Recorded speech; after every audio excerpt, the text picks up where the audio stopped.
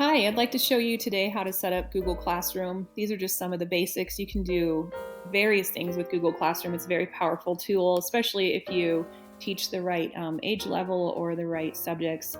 So I'll just show you some of the things that I've done in the middle school classroom, and this is the outline we will follow. First thing, I'll take you to the settings and make sure that you have the notifications set properly. Then under the Home tab, I'll show you how to add classrooms. Starting by archiving previous years and then setting up new ones. There's two ways to do that, by giving a code or adding manually.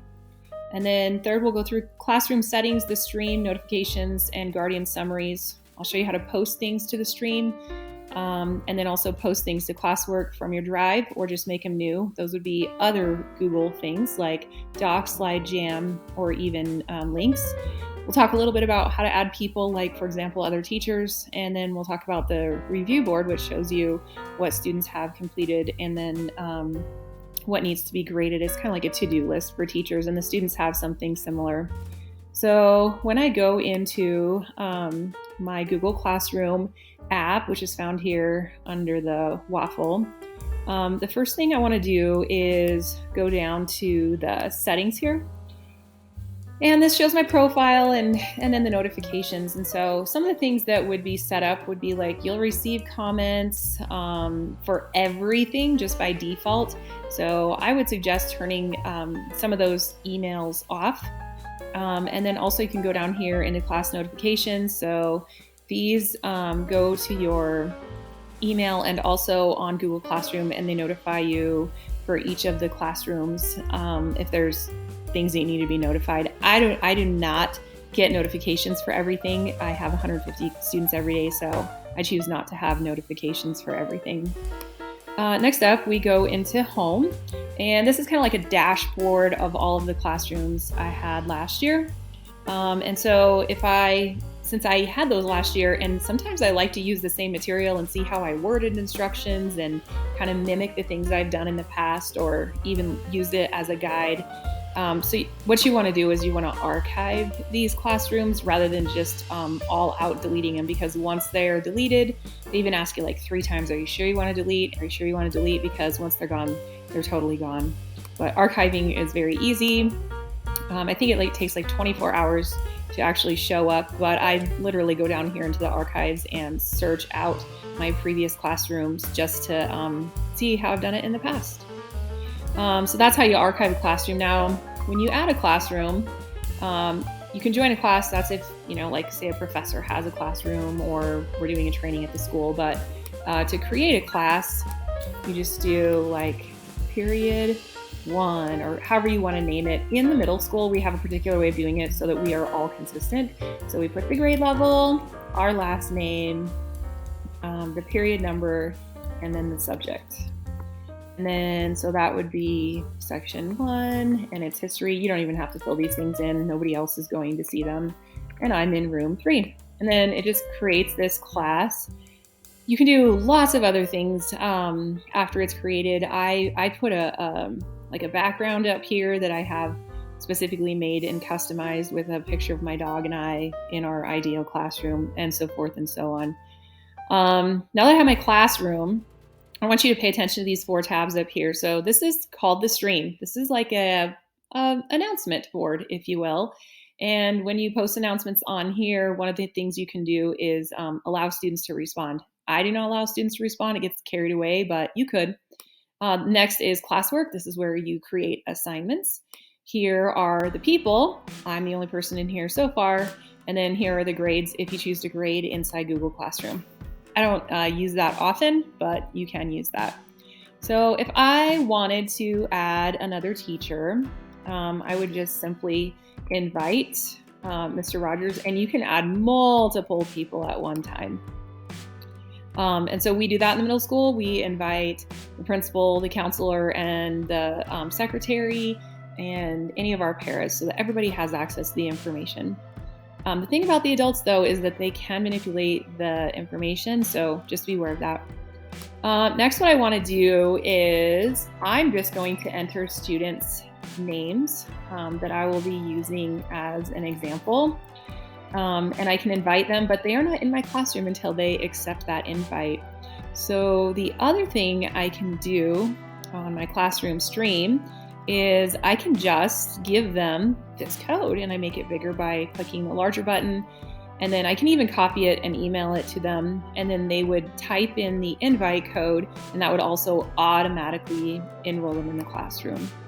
So I'll just take a moment here and accept the invites for those model students, and then we'll continue. Okay, and so now these students have accepted the invite, and I can see there are 2 of them in the class so far. If there are other ones, it will just say invited, and it will be gray. And then what I want to show you is too, you can invite guardians, and once they're invited, it will carry over from year to year. So like I invited the parent of this student, and that parent accepted it. So now that parent gets a weekly email saying what's due and what's completed. It's kind of handy.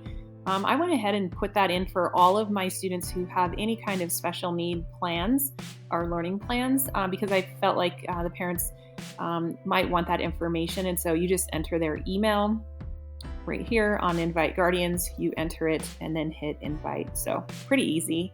Next, I will show you the settings on this class. Okay, this is different than the Google Classroom settings. This is particular to the class. So there's the class details I entered earlier.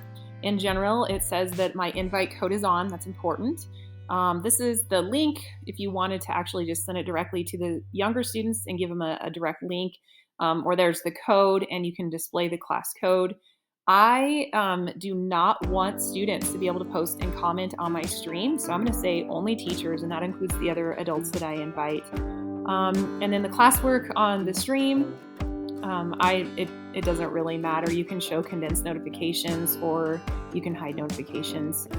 I do not show deleted items, and then I do allow the guardians to receive summaries, like I just kind of talked about, and there's an example right here of what that summary would include: missing work, upcoming work, and class activity. So really handy for parents who want to keep in touch. I'll discard the changes on that for now and go back to stream. Again, this is my announcing board. So I have to say which classes this is for. I include any of the classes or all the classes. And then I can choose particular students, but you could only do that if it's one period. So if you have multiple periods, it goes out to all the kids. But since I only have first period selected, I can say, you know what, this is only for one of those students. It's kind of handy to be tailored. And I could say, welcome back to school. Here is my website.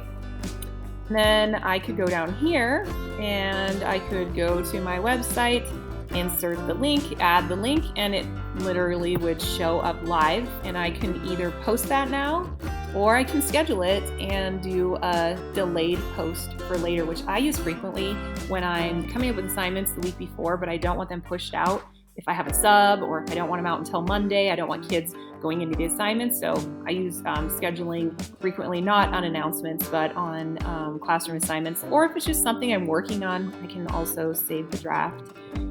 So that is how I use the Google Stream. And just as an example of some of the things that I've posted on stream in previous years. So if there's somebody who brings a video and shows it to my class and I find that video, I will post it on Google Stream. If there's field trip information that the kids need to know, I'll send out an announcement on the Google Stream. If I have, so these are all of the resources that I have for students with useful projects I could put on there for specific classes.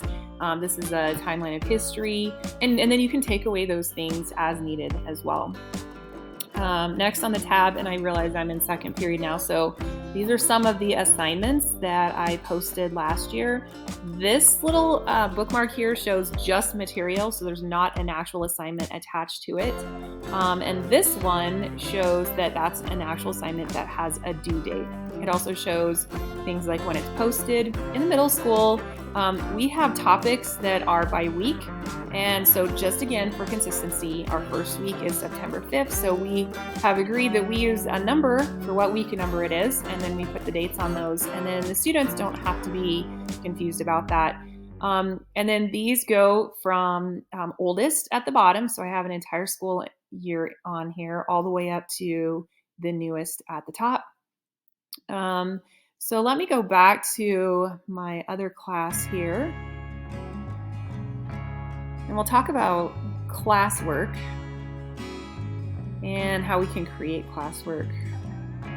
So let's create a topic. So if this is week 1 and it is September, I put 4th even though we don't have school on the 4th. I just always start with the Monday. So you can't really post an assignment until you have a topic in there. And you can change the name of it over here or delete it.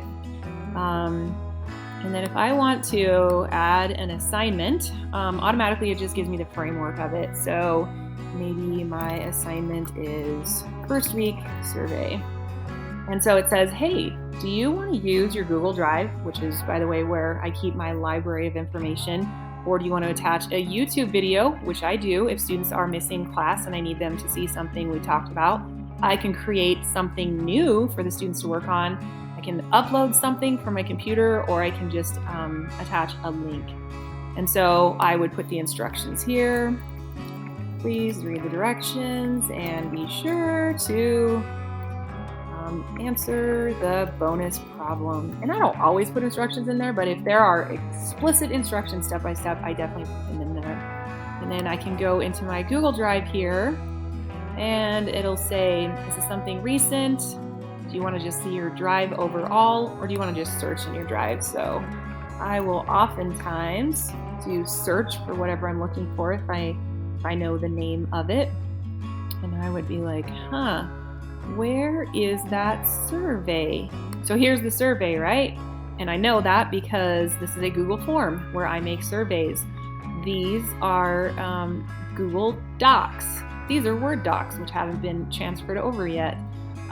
These are PDFs, as it says, and I might have spreadsheets. And then this is a Jamboard. If you've never used it, I use it all the time for like class Venn diagrams, or if students want to vote for something. So this is called a Jamboard, and it's amazing. And that would be probably another video later, but if you've never used one, explore that a bit on your own. So I would just attach whatever it is I need them to do. This is key down here. If you want to grade it, you need to make sure that it has grade importing, because what I do is I take my grades from Google Classroom. I have a tool that I copy them and then I paste them over into Infinite Campus. Again, I get to select which classes. So oftentimes if it's 6th grade, I will select the first 4 classes.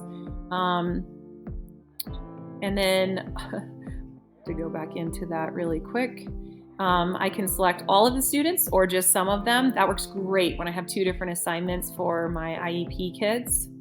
And then, sorry about that, how many points? I have this set up to be 10 for my default.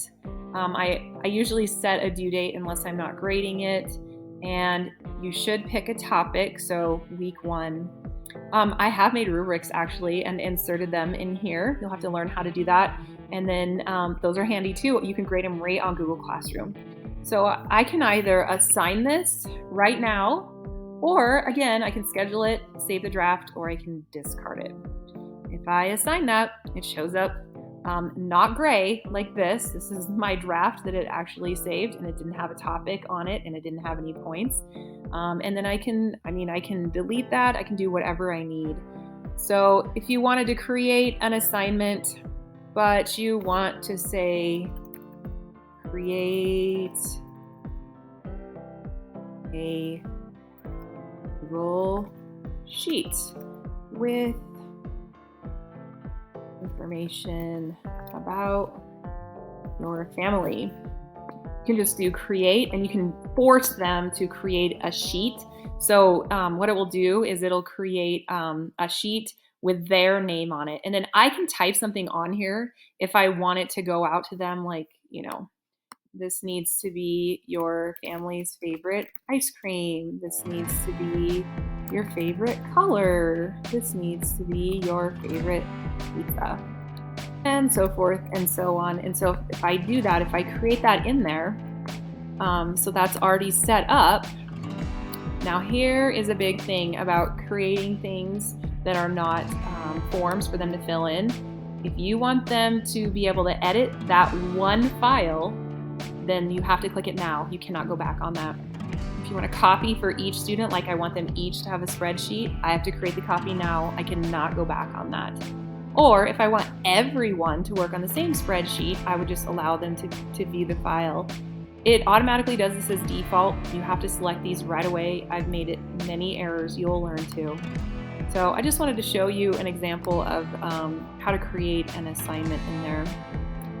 One of the last things I want to talk about, we already covered people pretty thoroughly, but this to review, again, is like a to-do list. And so when I say to review, it'll say, oh, look, you assigned this, whatever that is, to 6th grade, 1st grade history, posted it today. 0 of them have turned it in, but 2 of them are assigned. And so I can say, oh no, I already reviewed that, like right here, this one right here from May 19th. I graded 20 of them. 20 of them turned it in. And this is like my to-do list right here. So if they turned it in, that's what I have to get done. And then over here would be like, you know what? One of your students didn't do that. And you can click on it and find out who it is. But 20 of them did. And once I've graded it, I mark that as review. It's so amazing and satisfying. And then you go over to review and you're like, ta-da! It pops through here. It will show you everything that you have reviewed, and it can do all of your classes. But I'm just picking this one. It's just so satisfying to know that your to-do list gets shortened, and that's how I ended my year. And sometimes it's pages long for me because I use Google Classroom pretty exclusively. So hopefully I covered everything on here. I went through the settings, how to add classrooms, classroom settings, posting to the stream, posting to classwork, either from your Drive or New, talked about people, and to review. So it's always good to Google any questions you have. I do that all the time. But this is a very handy tool, like I said, if it pertains, and I hope you find this useful.